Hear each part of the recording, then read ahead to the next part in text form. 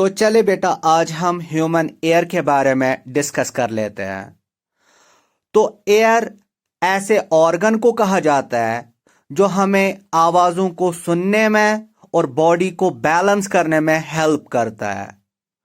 तो कुल मिला के इंसान के पास दो एयर्स होते हैं और ये प्रेजेंट होते हैं हमारे हेड के साइड्स पे, ठीक, हेड के लेटरल साइड्स पे। हमारे इर्द गिर्द बहुत सारे डिवाइसेस होते हैं। सेलफोन हो सकता है, रेडियो सेट हो सकता है, टेलीविजन हो सकता है या कोई और चीज हो सकती है। तो हम इन सब डिवाइसेस का साउंड सुन पाते हैं with the help of our years.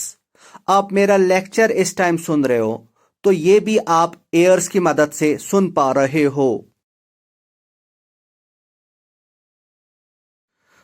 तो अब हम एयर के स्ट्रक्चर के बारे में डिस्कस कर लेते हैं। तो देखेंगे कि एयर में कौन कौन सा पार्ट होता है, कौन कौन सा डिवीजन होता है। तो जो ये इंसान का एयर है, इसको हम कुल मिला के 3 हिस्सों में डिवाइड करते हैं। ठीक है बेटा, तो it can be divided into 3 divisions. कौन कौन सा division? Outer air, middle air और इनर एयर। तो आपके सामने एनिमेशन आएगी, उसमें आप पहले डिविजन्स के बारे में देखेंगे कि ह्यूमन एयर में कौन कौन सा डिवीजन होता है। तो नजर बराबर आप रखिए एनिमेशन पे। तो एयर का पहला डिवीजन जो है उसको हम आउटर एयर कहते हैं, बीच के सेक्शन को मिडल एयर कहते हैं और अंदर वाले हिस्से को हम इनर एयर का नाम देते हैं। ठीक है बेटा, तो कुल मिला के एयर को हम 3 डिविजन्स में डिवाइड कर सकते हैं, आउटर एयर, मिडल एयर और इनर एयर। तो जो ये आउटर एयर होता है, इसका जो पहला कंपोनेंट होता है that is the pinna. Pinna को हम ऑरिकल का भी नाम देते हैं और ये कार्टिलेजनस होता है, कार्टिलेज का बना होता है और इसका काम है साउंड वेव्स को कलेक्ट करना और उन साउंड वेव्स को डायरेक्ट करना, दिशा देना टुवर्ड्स द ऑडिटरी कैनाल। ठीक, तो आज के बाद अगर आपको कोई कहेगा व्हाट इज पिन्ना, तो आप कहेंगे it is the external visible part of the air. तो आप एनिमेशन पे देख लीजिए, साउंड वेव्स आ रही है और उन साउंड वेव्स को डायरेक्ट ये कर रहा है टुवर्ड्स द ऑडिटरी कैनाल। तो दूसरा कंपोनेंट जो हमें आउटर एयर में मिलता है that is the auditory canal. ठीक, ये एक ट्यूब जैसा होता है जिसका काम है साउंड वेव्स को डायरेक्ट करना या साउंड वेव्स को कन्वे करना टुवर्ड्स द एयर ड्रम। ठीक, तो ऑडिटरी कैनाल में हमें वैक्स ग्लैंड्स भी मिलते हैं जो स्क्रीट करते हैं वैक्स, और इस ऑडिटरी कैनाल के लास्ट में हमें एक मेम्ब्रेन मिलता है जिसको हम एयर ड्रम या टिम्पैनिक मेम्ब्रेन का नाम देते हैं। ठीक है बेटा, तो याद रख लीजिए, आउटर एयर में पिन्ना आता है, ऑडिटरी कैनाल आती है और एयर ड्रम आता है। तो these are the parts, these are the components of our outer ear.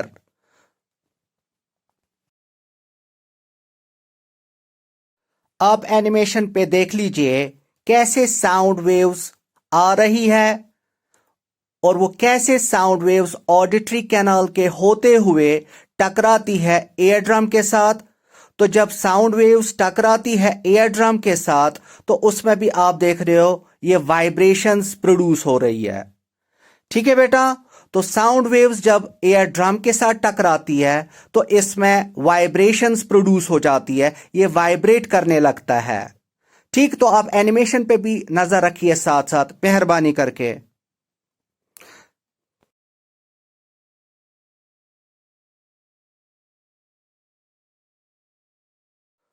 तो जो नेक्स्ट कंपोनेंट है हमारे एयर का that is called as middle air.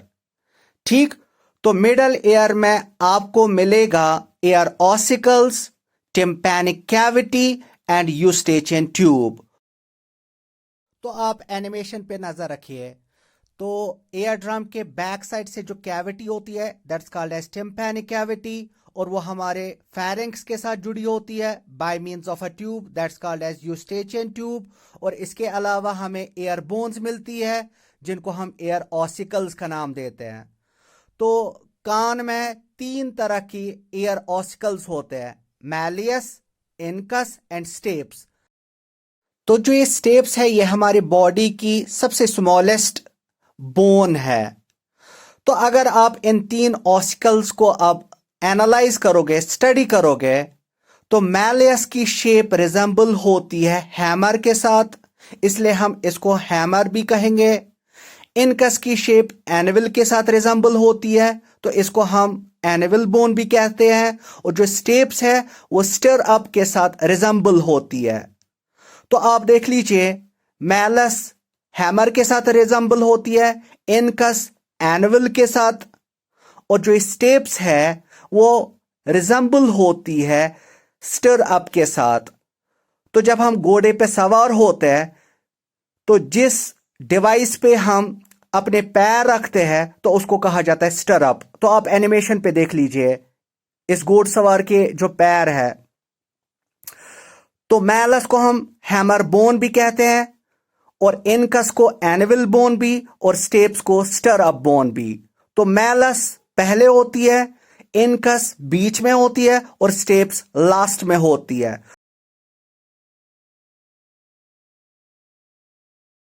तो आप एनिमेशन पे देख लीजिए, तो साउंड वेव्स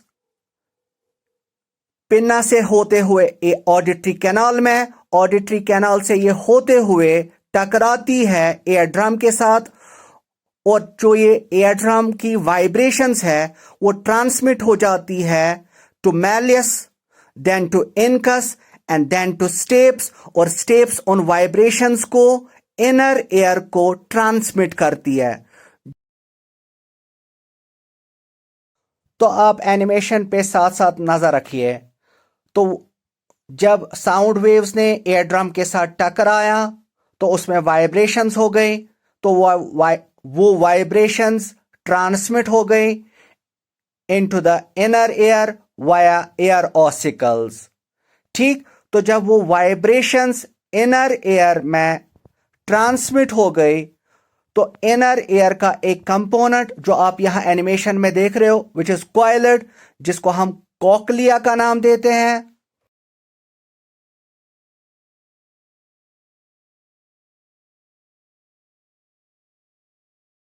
वो इन साउंड वेव्स को, वो इन वाइब्रेशंस को कन्वर्ट करता है into the electrical signals, into the electrical impulses.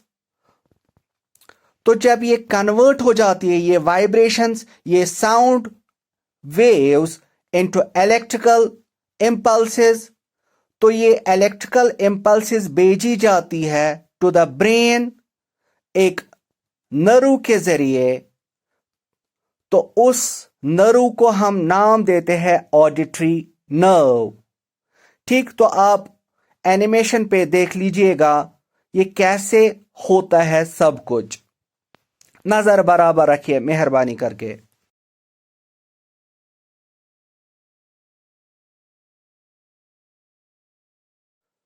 तो यहां एनिमेशन में आपको देखने को मिलेगा कैसे ये साउंड वेव्स जब टकराती है एयर ड्रम के साथ और वो कैसे ट्रांसमिट होती है इनटू द इनर ईयर। देख लीजिए, नजर बराबर रखिए। तो साउंड वेव्स आई, टकराई एयर ड्रम के साथ, तो एयर ड्रम में वाइब्रेशंस हुई, तो वो वाइब्रेशंस ट्रांसमिट हो गई इनटू द एयर ऑसिकल्स, और उन एयर ऑसिकल्स ने उन वाइब्रेशंस को ट्रांसमिट किया इनटू द इनर एयर। ठीक, तो आप देख लीजिए, इसको मैग्नीफाई करके दिखाया गया है इस एनिमेशन में।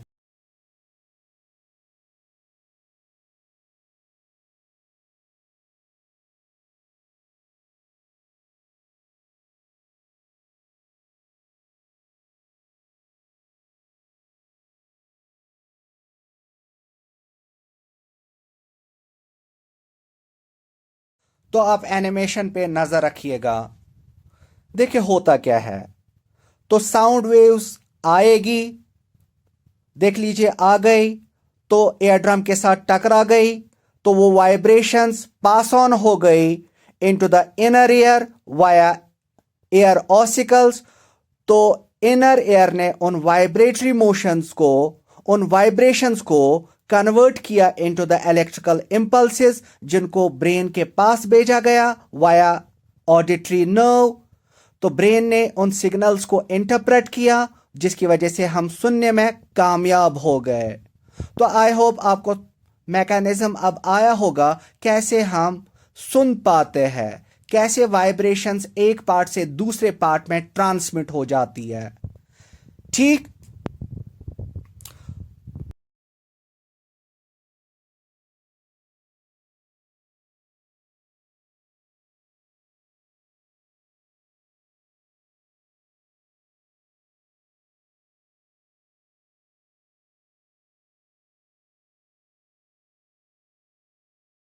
तो अब हम एयर के लास्ट डिवीजन को स्टडी करेंगे। तो उस सेक्शन को या उस डिवीजन को हम नाम देते हैं इनर एयर। तो अब हम देखेंगे इस इनर एयर में क्या क्या पार्ट होता है, कौन कौन सा कंपोनेंट हमें इनर एयर में मिलता है। तो आप एनिमेशन पे भी नजर रखिएगा साथ साथ। तो देख लीजिए जो ये हमारा इनर ईयर है, इसमें आपको क्वाइलिड पार्ट जो दिख रहा है, this is called as cochlea. ठीक। तो ये हाईलाइट हो गया कॉकलिया, जो ये स्पाइरल पार्ट है। तो इसके अलावा आपको कॉकलिया के ऊपर से सेमी सर्कुलर ट्यूब जैसे मिलते हैं। तो उन semi circular tube like structures जो कॉकलिया के अपर साइड से आपको इस एनिमेशन में दिख रहे हैं, उनको हम सेमी सर्कुलर कैनाल्स का नाम देते हैं। ठीक है बेटा।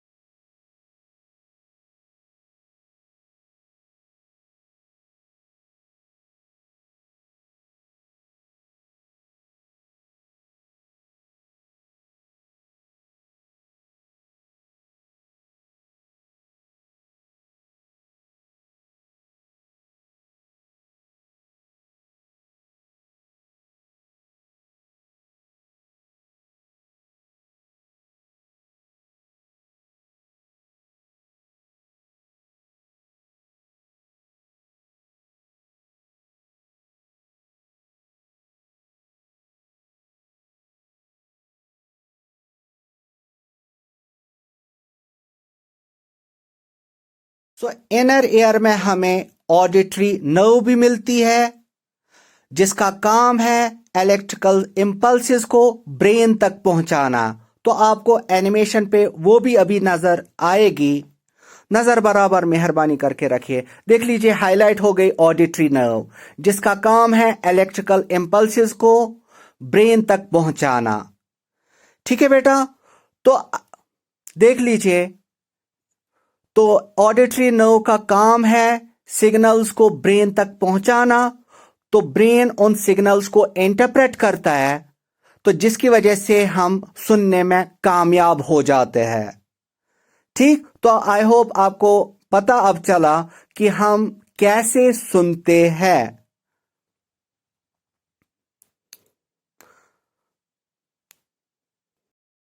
तो आपके सामने फिर से एक बार एनिमेशन रिपीट होगी, तो आप नजर बराबर रखिए।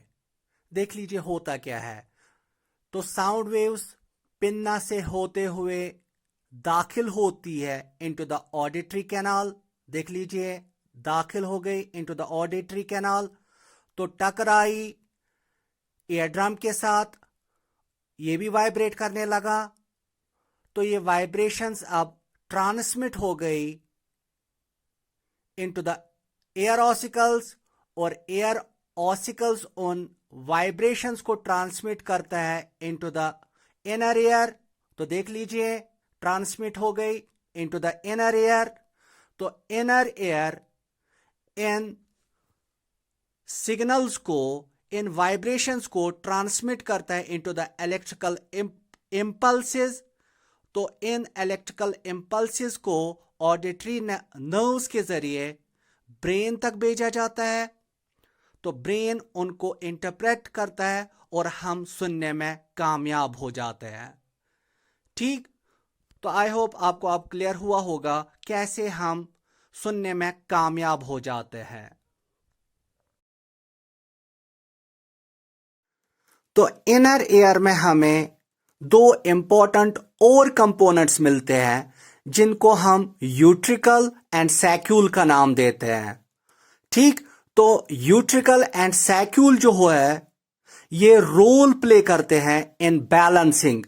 तो बॉडी को बैलेंस करने में ये हेल्प करते हैं।